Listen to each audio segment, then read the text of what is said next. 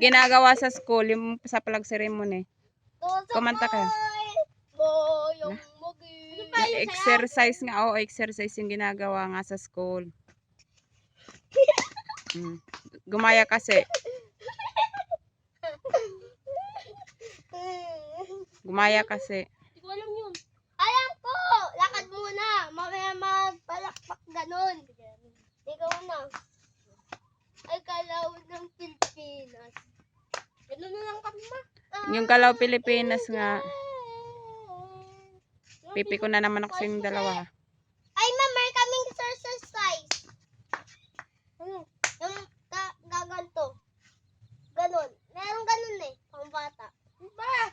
Ganto. Ganon na siya, sabi ni mama. Ganto. Kalaw Pilipinas sa exercise nga sa school. Yan. Tapos ganto. At takbo. Ganon. At tumalon. Ano pa? Takbo. Woo! Ano pa? Panis.